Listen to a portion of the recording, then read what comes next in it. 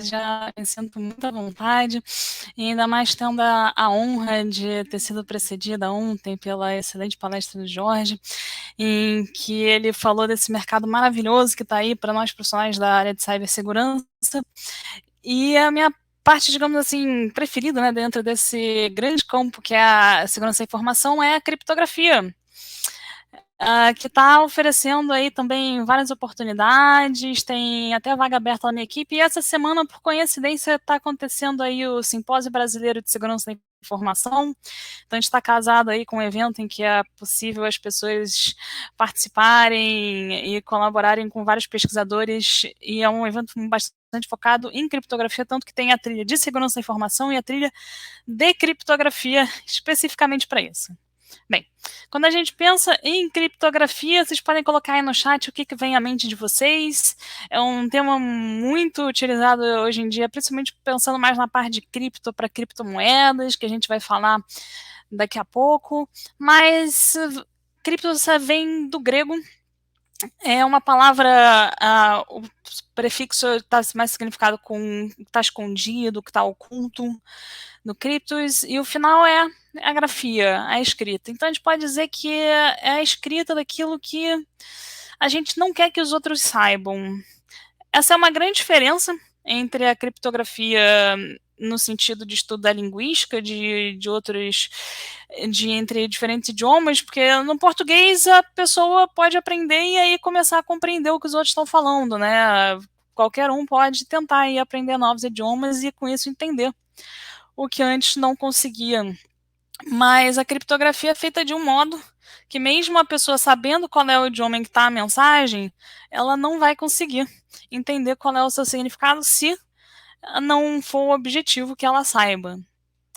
Mas pensando aí numa definição um pouco mais formal, a gente pode dizer que a criptografia torna uma mensagem ilegível, que a gente vai chamar de texto em claro, e uma outra que vai ser uma mensagem ilegível, que pode ter ou não o mesmo tamanho, pode ou não utilizar os mesmos símbolos, utilizando um conjunto de chaves e um algoritmo criptográfico através do processo que a gente chama de cifragem. Bem, as chaves pensando um pouco nessa ideia que a gente tem de permitir esse acesso, então como se fosse a chave para porta, abrir a porta do significado da mensagem, já filosofando um pouco, de modo que somente quem possui a chave correta pode descriptografar a mensagem de forma correta, né? Então as chaves que não sejam bem feitas, que não sejam as ideais, não vão conseguir abrir essas portas para revelar qual é o significado que está oculto. Bem, existem aí vários filmes para os cinéfilos que têm muito interesse por aí, existem vários filmes de hackers, mas especificamente mais sobre criptografia a gente pode pensar em O Código da Vinci, aí famosíssimo, com grandes estrelas. Outro também é o Jogo da Imitação, que conta baseado numa história real, que eu vou explicar mais pro final. E também para quem gosta de emoções e a ação para todos os lados, com Bruce Willis, Código para o Inferno, aí que conta também a história da invenção de um código considerado inquebrável e em meio a várias intrigas e perseguições, o Bruce Willis vai dar uma das dele. Bem, e também para quem está mais interessado em livros, uma boa parte aqui dessa palestra foi baseada nesse livro daqui, que é o chamado O Livro dos Códigos. Ele conta exatamente mais sobre a história da criptografia, desde o Antigo Egito até a criptografia quântica. Ele é escrito de uma maneira bem suave, então não precisa saber muita matemática por trás, e ele vai abordar vários temas políticos, várias intrigas ao longo da história. Eu não vou falar tanto assim de política, mas fica a dica. E para quem está interessado em saber mais especificamente sobre a parte técnica aí, mais sobre qual é o jargão dessa área, tem esse livro referência aqui, que é do William Stelling, chamado Criptografia e Segurança de Redes, Princípios e Práticas, que já passou por várias versões, já ensinou vários dos criptógrafos do mundo. Bem, quando a gente pensa nas aplicações da criptografia, tem várias em mente. Vocês que estão aí, meus queridos alunos, podem colocar aí alguns exemplos no chat. no dia a dia, como é que vocês pensam que a criptografia está envolvendo vocês? Bem, além de pensar em mensagens sigilosas, né, que as pessoas costumavam passar bilhetinhos na época do colégio, com a própria escrita, também é utilizado em vários cartões de identificação, na proteção de dispositivos endpoint, ele já vem nativo em vários sistemas operacionais, como no Windows, por exemplo, tem o BitLocker, que é uma solução que veio como um avanço para várias outras que estavam sendo fornecidas no mercado, mas hoje em dia é largamente empregada. Também em transações financeiras, para manter, além das próprios valores, né, que estão sendo transitados em segredo para os outros não saberem, também informações sobre os cartões utilizados, quem são as pessoas. E outros exemplos mais básicos aí, como, por exemplo, chaves de carro. Bem, por um lado, a gente tem a criptografia e, pelo outro lado, a gente tem a criptoanálise, que é exatamente as técnicas que são utilizadas para descobrir o conteúdo oculto das mensagens criptografadas sem possuir as chaves corretas. Então é como se o pessoal fosse tentar adivinhar o conteúdo das mensagens, tentar entrar por uma porta sem ter a chave correta para ela. Para dar um exemplo do mais simples possível, é o que as pessoas chamam de força bruta, que não tem nada a ver aí com quebrar portas, muito pelo contrário. É mais um exercício de testar até a última possibilidade de quais são todas as chaves possíveis para encontrar qual delas é que vai descriptografar a mensagem corretamente. Então, aí quem já ouviu falar de criptoanálise, talvez já tenha estudado mais alguma coisa sobre isso especificamente, mas eu vou falar um pouquinho também sobre criptoanálise ao longo aí dessa nossa breve história da criptografia. Vai ser bem breve, né? Como a Luciana falou, não vou passar nem de uma hora. Mas se eu fosse falar detalhes assim sobre a história da criptografia, a gente não ia terminar essa aula hoje. Mas por isso que a gente vai passar assim nas partes mais interessantes. E eu também vou falar um pouco sobre os ataques. Então não é só sobre criptografia, também vou falar um pouquinho sobre a criptoanálise, já que toda vez que alguém faz um código novo, alguém tenta quebrar esse código. E para explicar sobre os ataques, tem vários tipos de ataques, eles são classificados de várias formas, e uma delas é a chamada de ataque de cifrotexto conhecido, na qual o criptoanalista possuía apenas texto cifrado, então é como se fosse um espião que só estivesse interceptando as mensagens de alguém, e por isso ele não tem os textos originais, mas ele consegue os textos que estão cifrados. A gente também tem o chamado de ataque ao texto claro conhecido, no qual o criptoanalista, de algum modo, o atacante consegue uma quantidade relevante do texto em claro, do texto original antes de ser criptografado, e do texto cifrado correspondente. E aí, com isso, abre possibilidades para ele tentar descobrir, usando a sagacidade dele e várias técnicas que são oferecidas, qual é o mecanismo que está sendo utilizado para fazer essa criptografia, e com isso conseguir descriptografar qualquer mensagem futura. Além disso, a gente também tem uma opção na qual o criptoanalista consegue submeter um número ilimitado de mensagens de texto escolhidas e, com isso, produzir os criptogramas, os textos cifrados resultantes. Isso acontece quando, por exemplo, um atacante consegue tomar posse de qual é a máquina que está fazendo a criptografia. Aí, com isso, ele pode colocar mensagens à vontade nessa máquina e descobrir quais são as mensagens criptografadas correspondentes, mas sem saber o que está acontecendo dentro da máquina. Então, esse é chamado de um ataque de texto claro escolhido. Mas, muito bem, vamos começar então a nossa breve história da criptografia, nos remetendo a uma das principais questões ligadas à criptografia historicamente, que são as guerras. Já que durante esses períodos tão complicados, as mensagens são criptografadas para que os inimigos não consigam descobrir o que um comandante está falando com seu exército, por exemplo, o que os políticos estão tentando enviar para os seus embaixadores, por meio dos seus mensageiros. E foi assim desde tempos muito antigos.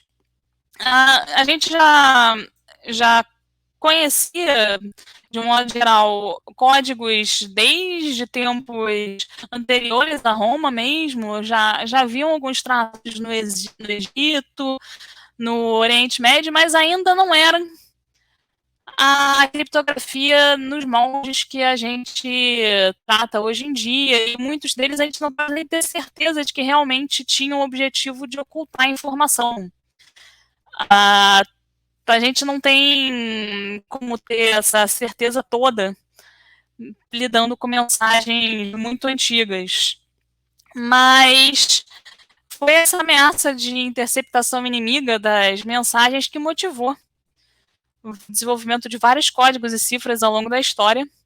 E como eu mencionei, ao mesmo tempo que criavam-se novos códigos para criptografar as mensagens, os decifradores corriam atrás para tentar quebrar esses códigos e roubar quais eram os segredos, e nesse jogo de empurra-empurra a gente está até hoje.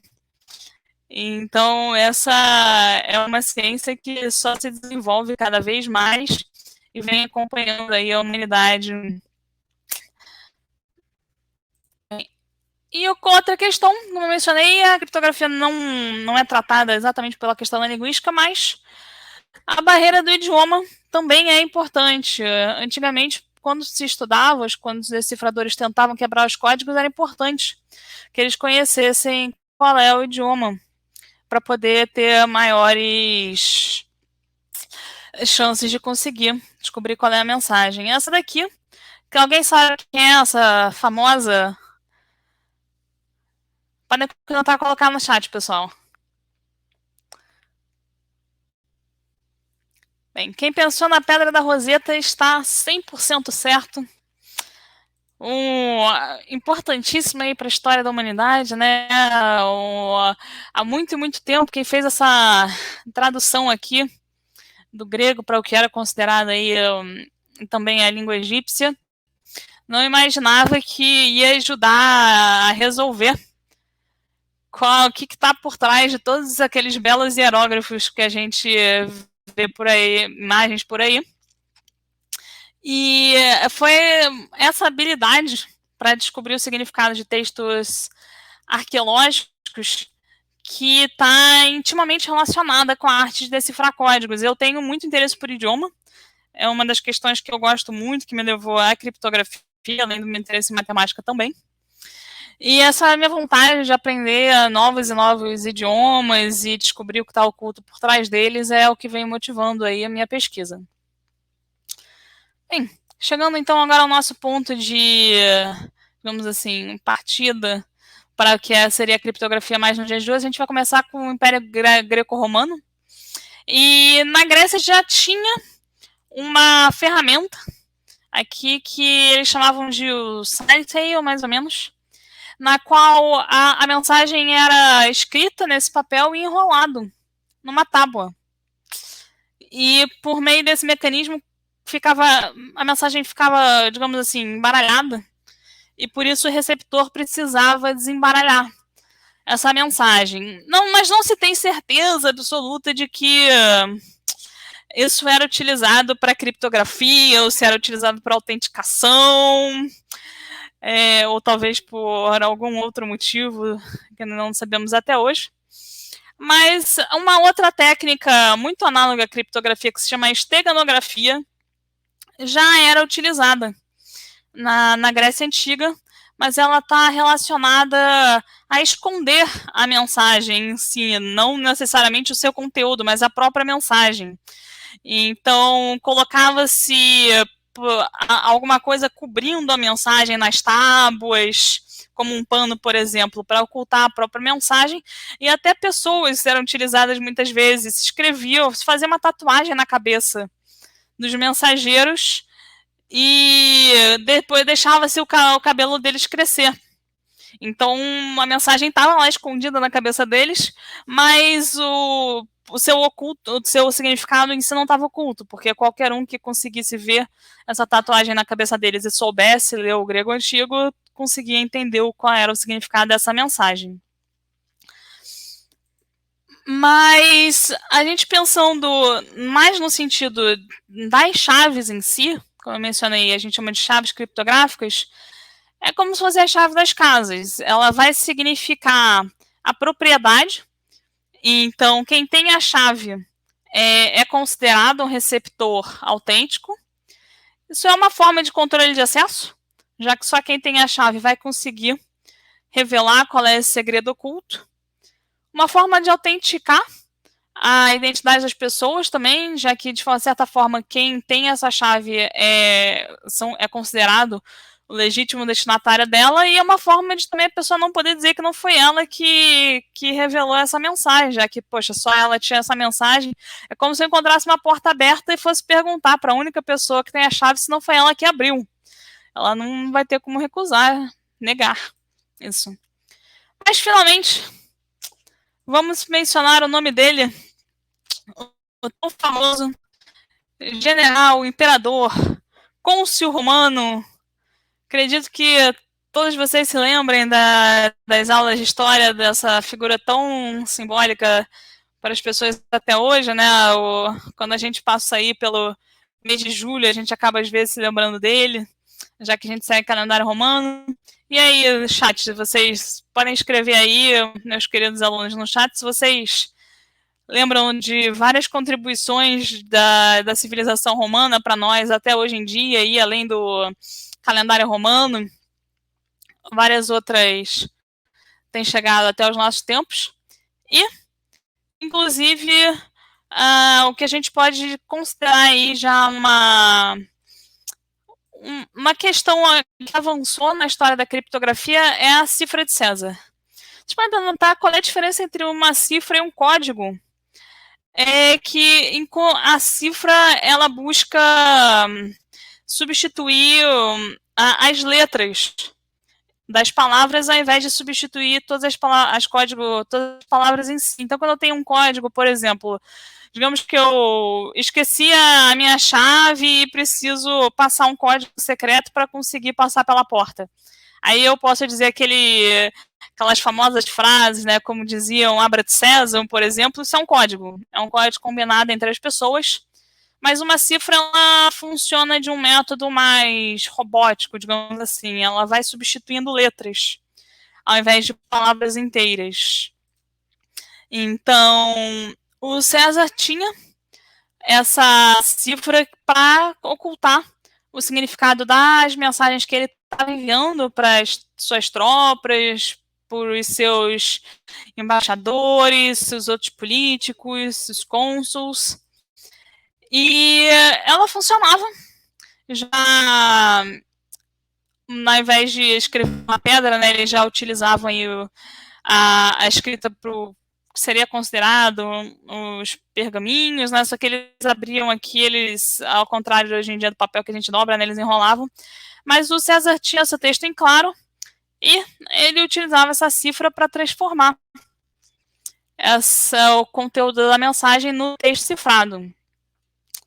Vou passar agora para vocês aqui uma breve explicação de como funciona a cifra de César.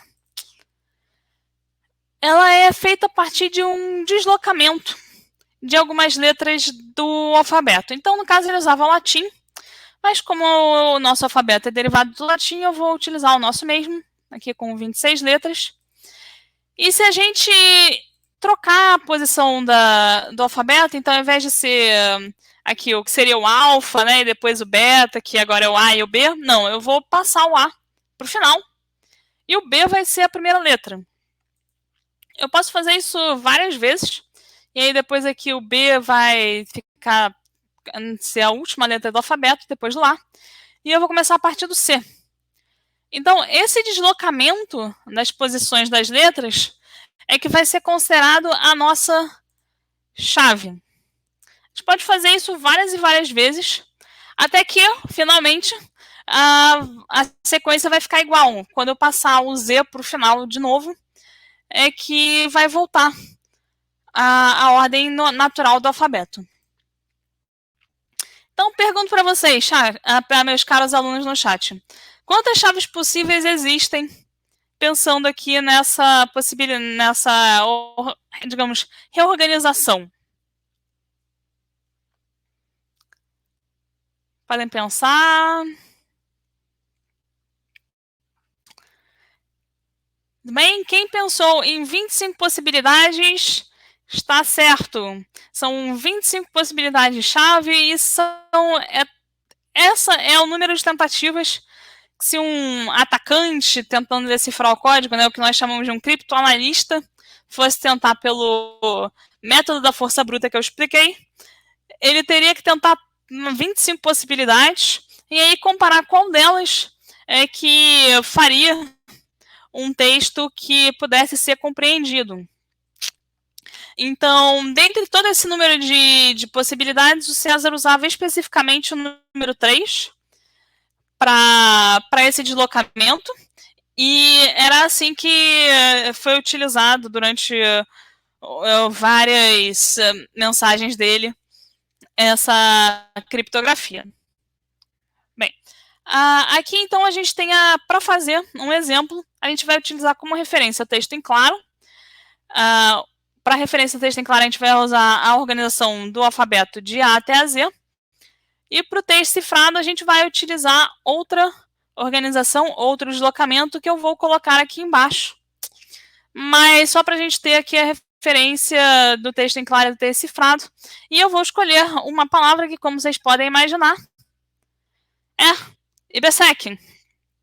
Esse curso que está fazendo esse sucesso todo. Então, vou utilizar aqui como referência a própria cifra de César mesmo, com deslocamento 3. E vamos tentar fazer essa criptografia aqui, pessoal, como se nós estivéssemos tentando criptografar a nossa aula de hoje nos tempos antigos aí do Império Romano. Vocês podem tentar fazer? Quem quiser colocar aí no chat. Como é que vocês acham que fica aí IBSEC criptografado pela cifra de César? Bem, vamos fazer juntinhos, um por um. Bem, primeiramente, o nosso I vai passar para o L, o B vai passar para o S vai passar para o V, o E vai passar para o H, e finalmente a letra C vai passar para a letra F. Então, o nosso texto cifrado vai ser LEVHF, ou seja, inteligível para qualquer um, mesmo que a pessoa compreenda português, não vai conseguir entender o que a gente está querendo se comunicar aqui falando sobre o IBSEC, só com essa informação daqui, que afinal de contas nem é uma palavra no nosso alfabeto. Mas, para vocês que estão sabendo qual é a cifra que eu estou utilizando, para descriptografar isso aqui, seria só fazer o caminho inverso. Então, seria voltar aqui nessa relação e ir de letra em letra, vendo que o L passa para o I, que o E passa para o B, e assim descriptografar a mensagem que eu destinei somente para vocês. Esse exemplo aqui já ajuda a gente a entender quais são os componentes de um criptossistema, ou seja, um sistema criptográfico. Nós temos aqui os nossos participantes comumente ativos na criptografia. Quando a gente vai dar esse tipo de exemplo, a gente se refere a Alice e ao Bob, duas figuras marcantes da história da criptografia. Como vocês podem deduzir, é porque estavam tentando escolher um nome que começasse com A e outro começado com B. E para Alice e para o Bob, para se comunicarem, é como se fosse enviar um e-mail, uma mensagem para vocês, eles precisam de um canal de comunicação. Hoje em dia a gente está utilizando aqui, por exemplo, a internet, para que a Alice envie o seu texto em claro. Ela vai utilizar um algoritmo de encriptação. Então, nesse caso que a gente fez agora foi a cifra de César, mas eu vou mostrar vários outros para vocês ainda. E vai passar esse texto cifrado por esse canal de comunicação, que infelizmente está sujeito a que adversários, criptoanalistas, pessoas mal intencionadas tentem se apossar desse texto cifrado, mas elas não vão conseguir descobrir o seu significado sem a posse da chave. Somente quem tem a chave, somente quem sabe o algoritmo de decriptação e tem a chave secreta, como o Bob, para quem é a Arista destinando essa mensagem, é que vai conseguir entender o seu significado. Então, aqui a gente tem essa visão mais, digamos assim, pelos bloquinhos, mas isso aqui é somente uma visão mais generalista do que a gente acabou de explicar. Bem, existe, por exemplo, aqui eu vou agora abrir com vocês uma ferramenta online para a gente falar sobre criptografia. Então, ela é chamada CryptoTool. E aqui vocês podem ver de uma forma bem didática várias técnicas criptográficas, vários algoritmos, e inclusive a cifra de César, que a gente acabou de falar. Então, eu posso abrir aqui, ele é todo baseado em Python. Então, nesse caso aqui tem até o código para quem quiser ver em maiores detalhes. E com isso a gente pode escrever várias mensagens e escolhendo aqui a chave, a gente pode ver qual seria o texto cifrado. E também a gente pode trocar aqui e ver se a entrada for o texto cifrado, a gente pode decriptar. Mas aqui, fazendo um teste, né, a gente pode escrever, por exemplo, a aula magna do IBSEC e vendo como esse algoritmo cifrado vai mudando. Então, o texto cifrado vai trocando conforme esse algoritmo criptográfico está sendo utilizado sobre o nosso texto em claro. Aqui no inglês é chamado de plain text, mas não se confundam, a tradução é texto em claro. E essa aqui seria a mensagem que eu enviaria para as pessoas, como, por exemplo, vocês aí que estão participando dessa aula magna sobre a história da criptografia. Bem, a gente vai agora dar um pulo um pouco na história e falar sobre a contribuição dos árabes. Esse daqui é a primeira página de um manuscrito chamado Sobre a Decifração de Mensagens Criptográficas, que continha algumas descrições de criptoanálise. Foi escrito por um estudioso cujo sobrenome era Al-Khalil, mas o sobrenome é tão complexo que eu vou deixar só chamando ele de Alquinde mesmo. E ele viveu no século VIII, então já passado algum tempo do Império Romano, mas ele tratou muito sobre essas questões de cifras como a cifra de César, que a gente chama de cifras monalfabéticas, já que elas utilizam um alfabeto. Mas conforme esses estudiosos, esses criptoanalistas foram aumentando aí os seus investimentos para quebrar essas cifras monoalfabéticas, eles chegaram a uma conclusão do que é chamada de análise de frequência.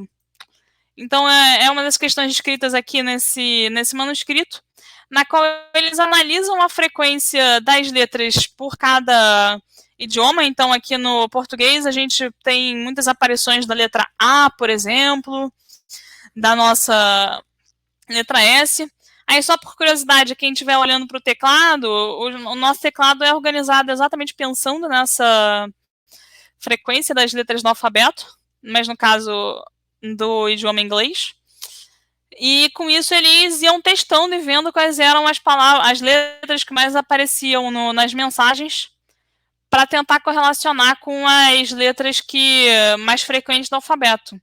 Só tem as suas fraquezas, né, já que a pessoa pode estar tratando de temas com palavras que trazem letras pouco utilizadas, aí, como, por exemplo, a nossa letra Z, a letra X, e aí acabar confundindo eles.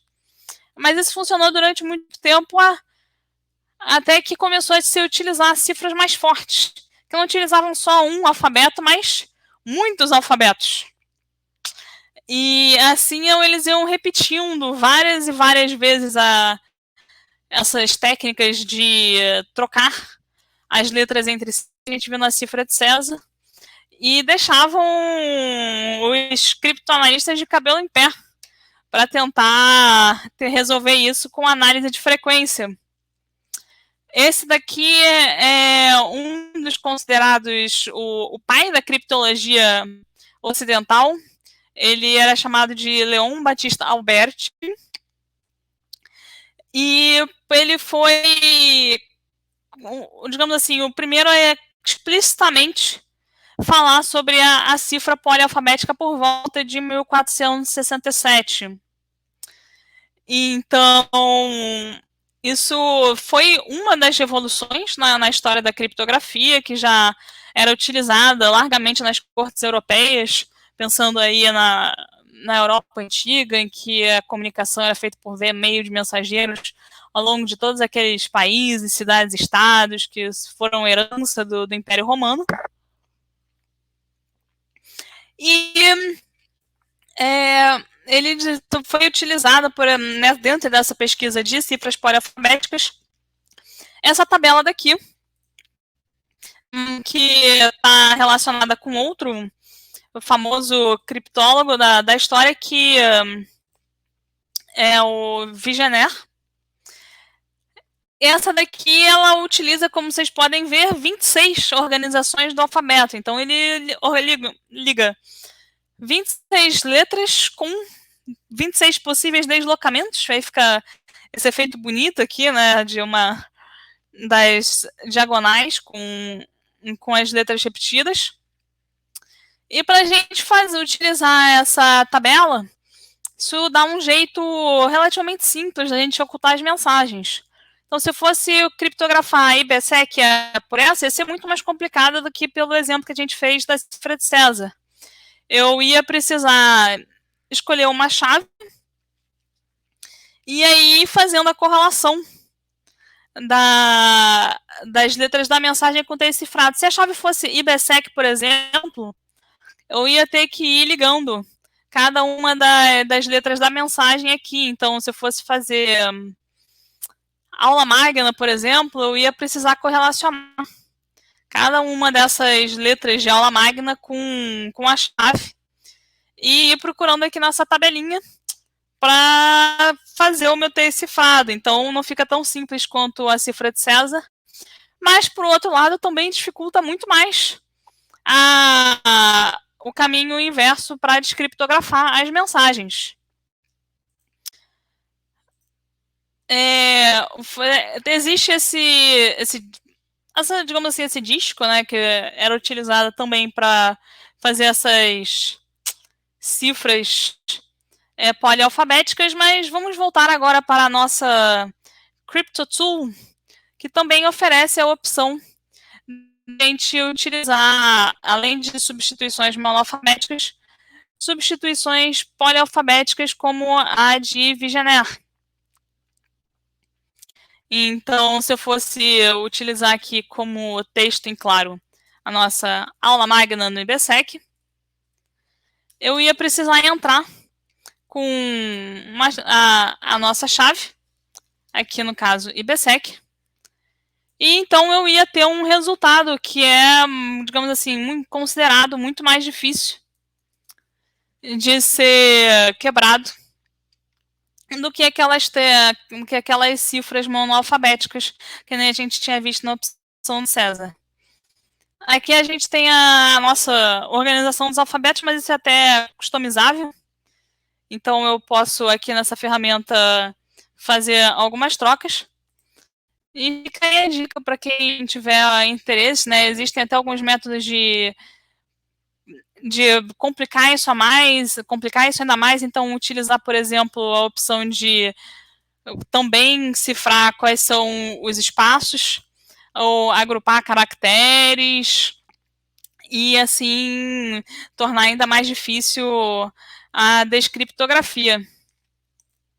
Bem, conforme o tempo foi avançando, a gente teve aí uma grande revolução, não só para a criptografia, mas para a tecnologia em si, como um todo, que foi a invenção do rádio. A gente pode atribuir aí ao Guilherme Marconi. aproximadamente aí no século XX, por volta de 1900, e que permitia a comunicação direta entre quaisquer pontos sem fios. Foi uma maravilha aí para a história da humanidade. Mas para a gente ocultar as nossas mensagens, a criptografia também precisou evoluir e pensar que qualquer um com um rádio pode ficar escutando a comunicação. Afinal de contas, é assim que a gente ouve as nossas rádios preferidas, e essa fácil interceptação requeria uma criptografia ainda mais forte, mais pensada para isso. Na nossa Crypto Tool aqui, que eu estou aproveitando muito para mostrar para vocês de alguma forma aí mais já elaborada, também tem a opção de, nos códigos, ser utilizado o código Morse. Então, para o famoso, né? E aí, chat, pessoal, quem vocês já brincaram de escrever código Morse, utilizar aquelas mensagens, né, de, por exemplo, SOS, isso até hoje é muito famoso, mas aí, só de curiosidade, o SOS era porque era mais simples de enviar pelo telégrafo, antes mesmo da invenção do rádio, o pessoal utilizava. Eram 3 pontos curtos, 3 longos e 3 curtos. E foi aí um dos precursores para essas nossas tecnologias mais robustas.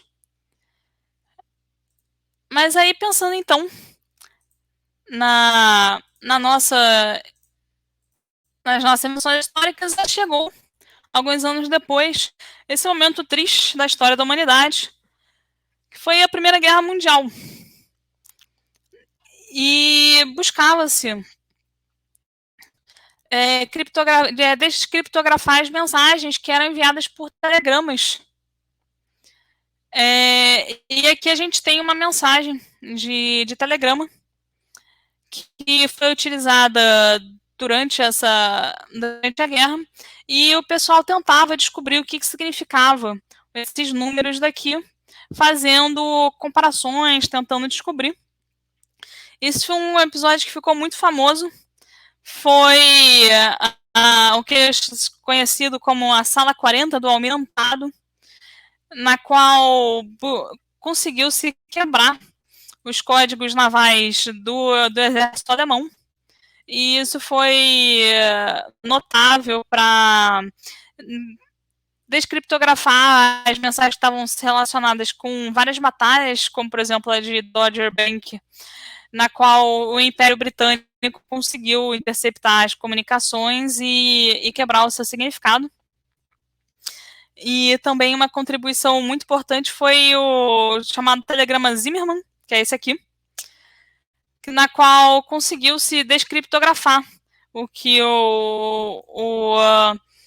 os oficiais do Departamento Estrangeiro Alemão estavam enviando para o seu embaixador no México, e que ajudou a trazer os Estados Unidos para a Primeira Guerra. Bem, pensando no pós-guerra, ao invés de ficarem utilizando aí telegramas,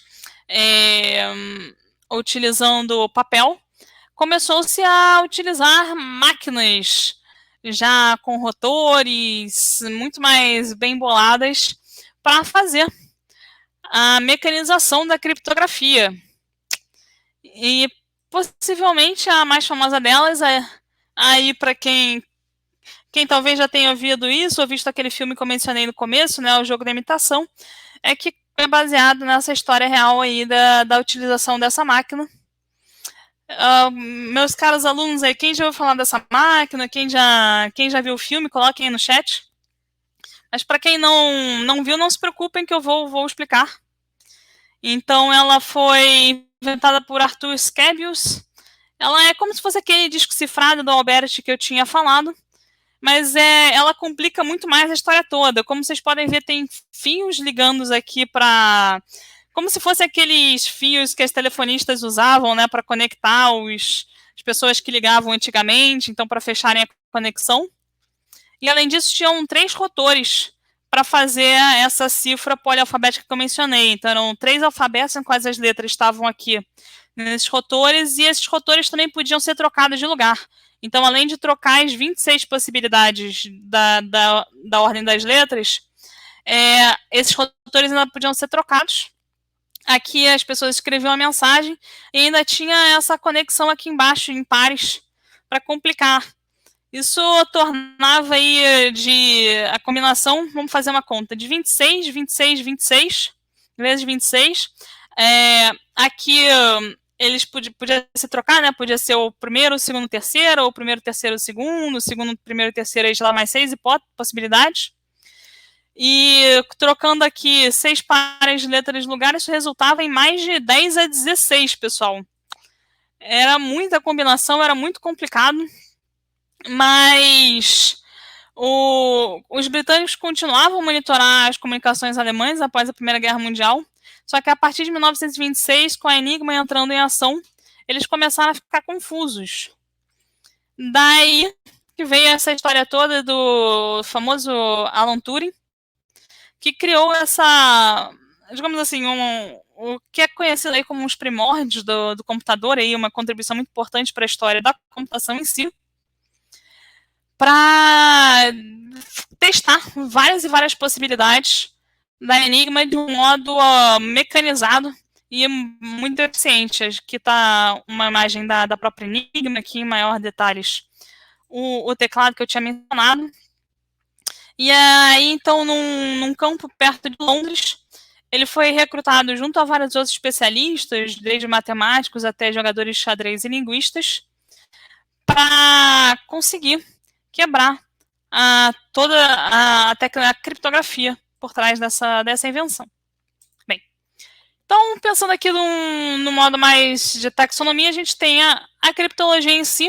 Ela estuda tanto a criptografia quanto a criptoanálise.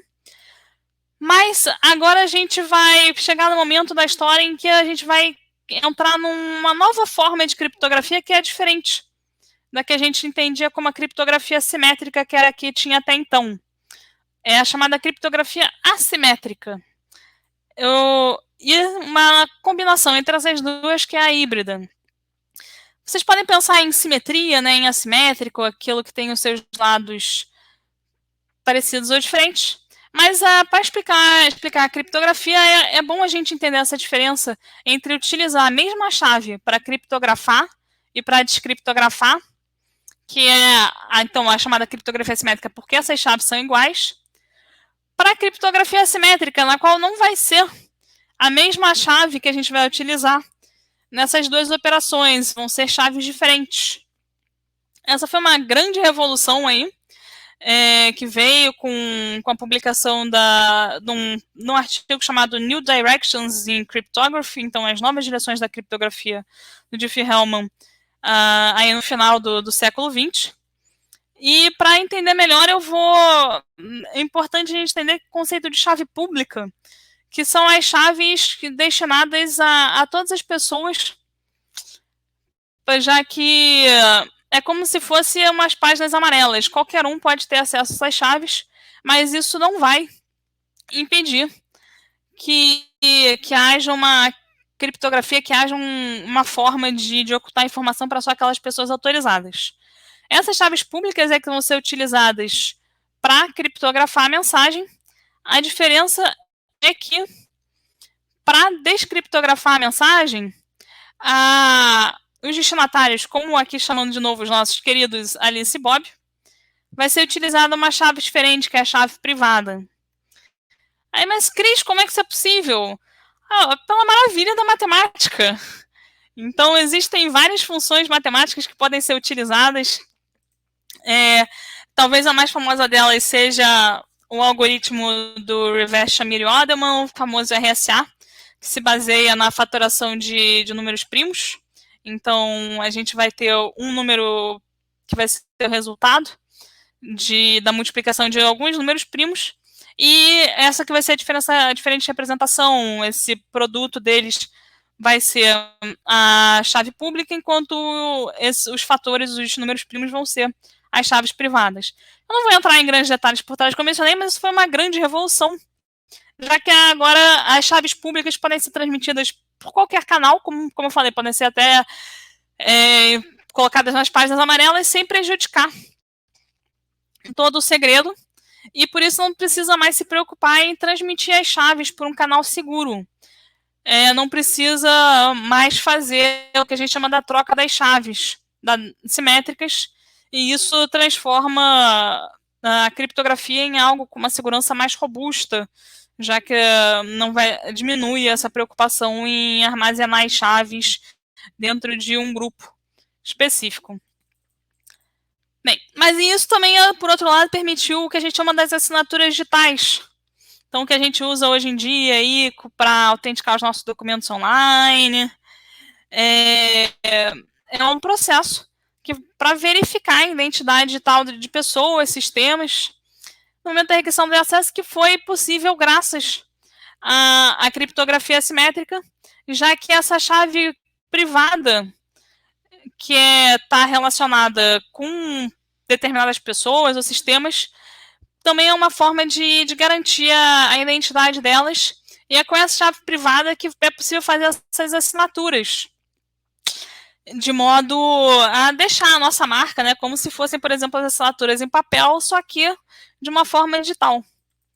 E aí, fazendo uma comparação entre como é utilizado nesse caso daqui, para a Alice assinar algum documento, ela vai utilizar a chave privada dela, vai enviar para um canal de comunicação decifrado, e para fazer a decriptação, o Bob vai utilizar a chave pública da Alice, que ele conhece porque ela é pública, porque é a chave que está espalhada por aí. Ele não precisa saber qual é a chave privada da Alice, ele só precisa saber qual é a chave pública dela, e aí com isso ele vai conseguir atestar que foi realmente a Alice que assinou aquele documento. Bem, fazendo uma comparação entre as criptografias simétricas e assimétricas, sobre essa necessidade de um canal seguro. Para o sistema assimétrico é necessário, enquanto para o assimétrico não é mais necessária. Para termos de escalabilidade também, é mais simples, já que a Alice pode passar a chave pública dela para várias pessoas e a mesma chave, ela não precisa ter uma chave especial para conversar com cada um. A criptografia assimétrica permite esse serviço de autenticação por meio das assinaturas digitais, enquanto com uma chave simétrica é mais difícil, já que essa chave pode ser de conhecimento de várias pessoas e a gente não consegue distinguir entre elas qual foi a que realizou a ação. Mas, por outro lado, em termos de eficiência computacional, os sistemas simétricos tendem a ser menos custosos. Obviamente, não estou generalizando, mas a gente pode dizer que alguns sistemas assimétricos requerem ordens de magnitude de uma ordem maior do que os assimétricos. E aí, aqui passando muito brevemente, mas ele não é mais utilizado hoje em dia, mas foi feito o considerado Data Encryption Standard, então um padrão de criptografia de dados pelo governo norte-americano. Era um algoritmo de chave simétrico, então pensando aí, ele usava a mesma chave para criptografar e descriptografar, mas ele acabou sendo quebrado e fizeram um outro padrão, que é o chamado de criptografia avançada, utilizado até hoje, o Advanced Encryption Standard, o AES, que é utilizado então aí como referência para, por exemplo, essa nossa comunicação aqui pela internet, através do protocolo TLS. Ele foi criado aí por criptógrafos belgas que participaram de um concurso do NIST, que é o Instituto de Padrões e Tecnologia do governo norte-americano, e tem cooperação com o Inmetro aqui no Brasil. Ele foi feito a partir do concurso e no final ele foi escolhido. Ele não utiliza com base as cifras de Fastro, que nem o DS. Bem, e agora então vamos entrar num assunto que todo mundo gosta. Todo mundo gosta de falar de dinheiro. Então, criptomoedas. Pensando aí no famoso Bitcoin, no Ethereum e tal. Esse é um assunto aí saído quase novo em folha, né? No artigo que passou para o mundo aí a ideia do Bitcoin foi publicado em 2008 por um autor autodenominado Satoshi Nakamoto. E isso tem sido uma revolução, já que a gente consegue fazer transferências de forma anônima, respeitando aí a privacidade dos usuários.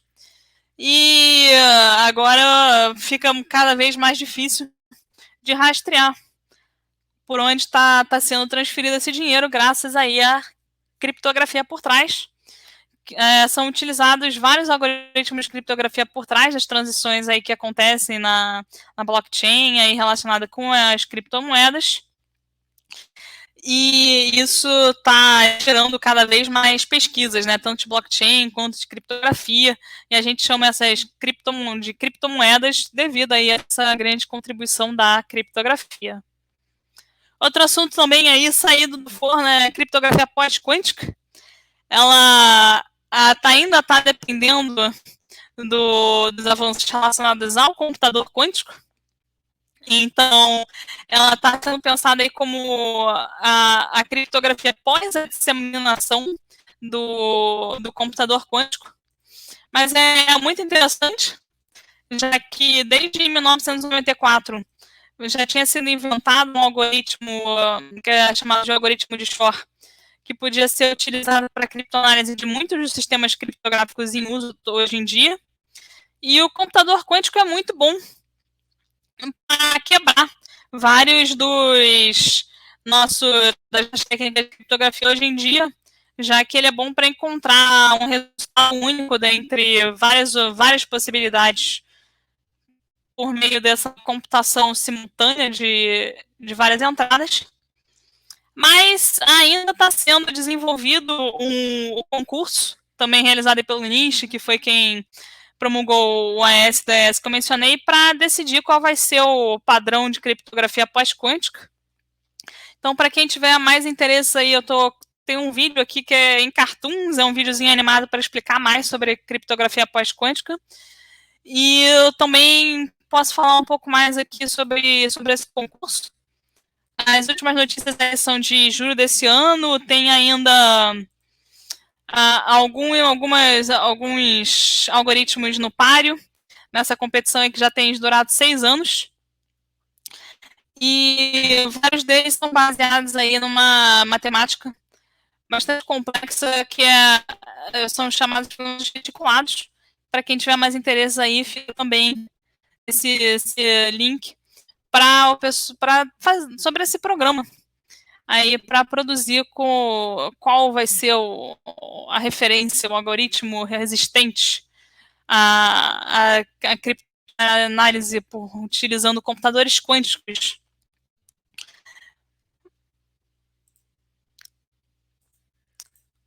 Bem, agora eu vou passar aí por uma definição que é o que seria o criptosistema híbrido.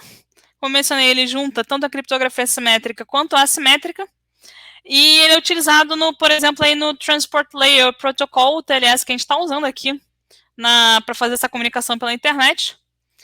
A Alice ela vai combinar com o Bob uma chave simétrica, que vai ser chamada de chave de seção, e aí vai ser utilizado um mecanismo de encapsulamento dessa chave simétrica para transformá-la numa chave simétrica cifrada e por meio de uma criptografia simétrica, utilizando as chaves públicas e privadas deles. Então, por isso que é um criptosistema híbrido, já que é utilizada uma chave simétrica para fazer a criptografia dos dados em si, que nem a minha voz e essas imagens aqui para vocês, mas essa chave simétrica está sendo criptografada, está sendo encapsulada, o pessoal também chama de envelope, por meio de uma criptografia assimétrica. Por isso que a gente chama de criptografia híbrida. Por isso está aqui mais explicado em detalhes esse passo a passo. Mas eu me abro aí para perguntas, pessoal.